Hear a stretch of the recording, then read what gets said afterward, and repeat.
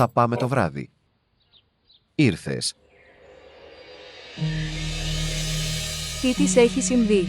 Δεν το κάνει ποτέ αυτό. Κάτι πρέπει να συνέβη στο γραφείο της. Όχι, πάω να τη δω.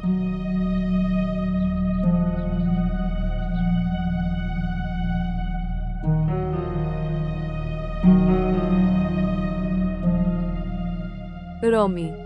Άνοιξε την πόρτα. Θεία, έρχομαι.